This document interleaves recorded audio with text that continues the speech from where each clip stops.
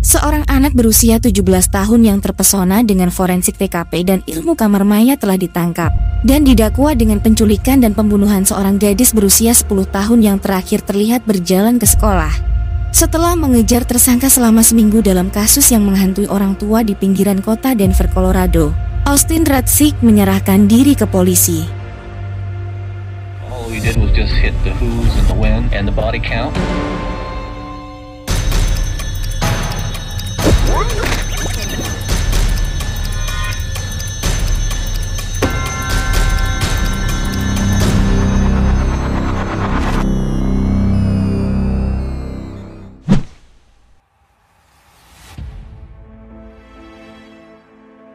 Sik telah didakwa dengan 19 dakwaan, termasuk pembunuhan tingkat pertama setelah musyawarah, 3 dakwaan kejahatan pembunuhan, penyerangan seksual terhadap seorang anak, penculikan dan perampokan tingkat 2, serta percobaan pembunuhan, percobaan penculikan dan percobaan penyerangan seksual terkait dengan pembunuhan.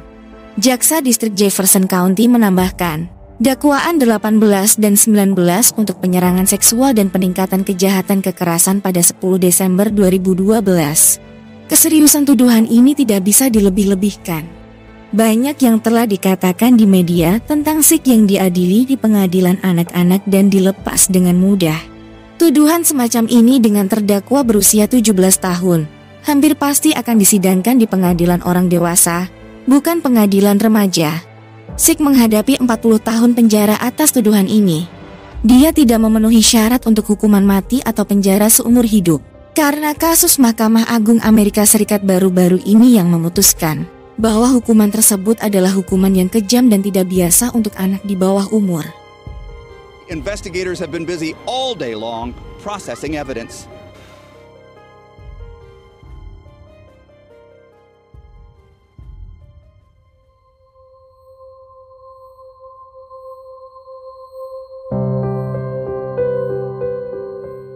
Perjalanan ke sekolah dasarnya singkat, hanya beberapa menit.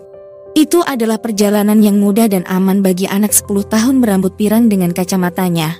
Pada pagi musim gugur tanggal 5 Oktober 2012, Jessica Rigoway tidak hadir saat absen. Guru kelas menelepon ibu anak itu, Sarah Rigoway, untuk memberitahu bahwa Jessica belum tiba di sekolah. Ibu Jessica melewatkan panggilan itu. Dia tertidur setelah bekerja shift malam, dan dia tidak mendapat pesan bahwa putrinya hilang sebelum sekolah selama 8 jam. 2 hari kemudian, polisi menemukan ransel Jessica sekitar 6 mil jauhnya dari rumahnya. Pada 10 Oktober, mereka menemukan mayat Jessica dan memulai penyelidikan pembunuhan mereka. Polisi pertama-tama mengalihkan kecurigaan mereka pada orang tua Jessica, tetapi mereka segera dibebaskan. Perburuan berlanjut, dan kemarahan masyarakat atas pembunuhan Jessica mencapai puncaknya. Di tengah kegaduhan tersebut, Mindy Sik dihadapkan pada keputusan yang sangat sulit. Mindy Sik tahu putranya Austin Sik entah bagaimana terlibat dalam hilangnya Jessica. Keluarga Sik tinggal dekat dengan rumah keluarga Rigoway. Austin pernah bersekolah di sekolah dasar Jessica. Saya menelepon, dan dia menyerahkan diri, kata Mindy Sik kepada Associated Press. Hanya itu yang harus kukatakan, tambahnya. Austin Rutschig ditangkap pada 23 Oktober.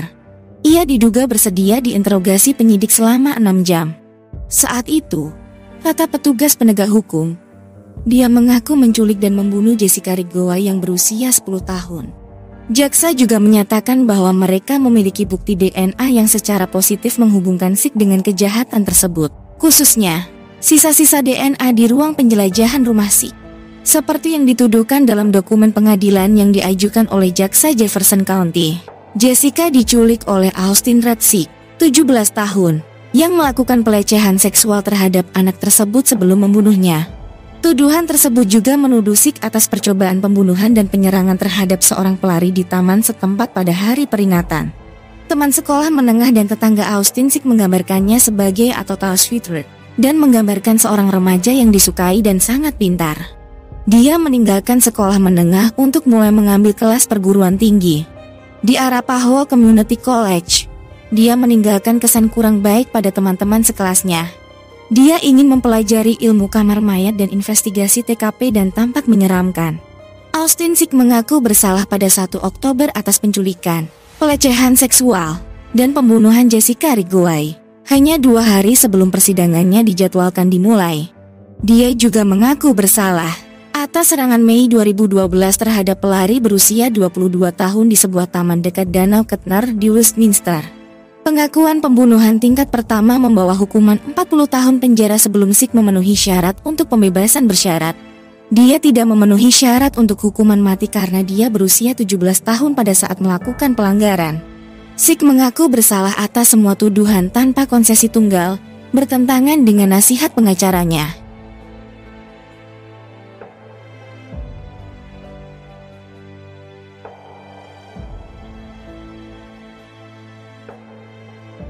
Ini adalah mimpi terburuk setiap orang tua. Kasus mengerikan ini sangat menyakitkan bagi semua orang yang terlibat. Tentu saja keluarga Rigouay dan teman-teman yang mengenal dan mencintai gadis kecil manis itu, yang disiksa dan dibunuh dengan cara yang paling buruk. Tetapi juga untuk orang tua Sik, yang menerima kenyataan itu, bahwa putra mereka adalah seorang pembunuh dan kemudian menyerahkannya.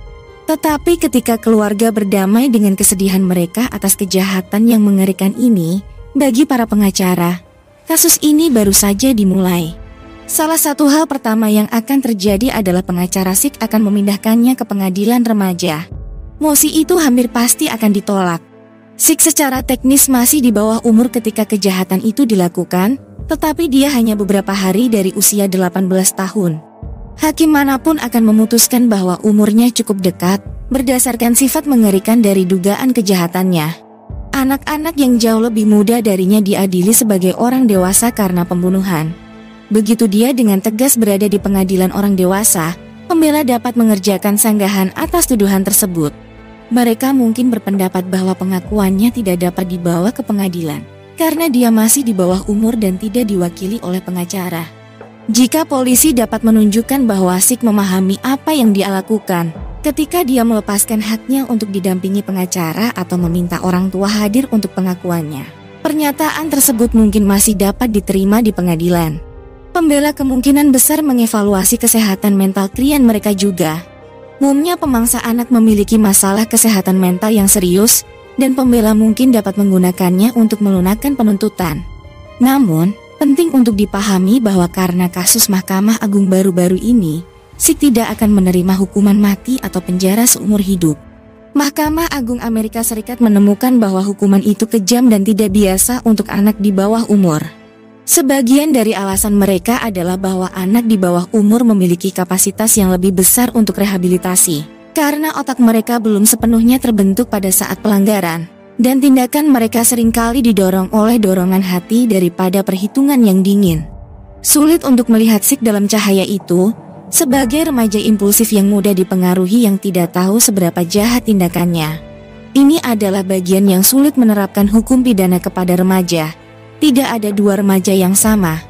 Beberapa cerdas dan istimewa seperti Sik, sementara yang lain berasal dari keluarga yang dicirikan oleh narkoba dan kekerasan dalam rumah tangga. Remaja dari kategori terakhir mungkin tidak memahami kesalahan kejahatannya, tetapi dari sudut pandang kami, sepertinya Sik tahu persis apa yang dia lakukan.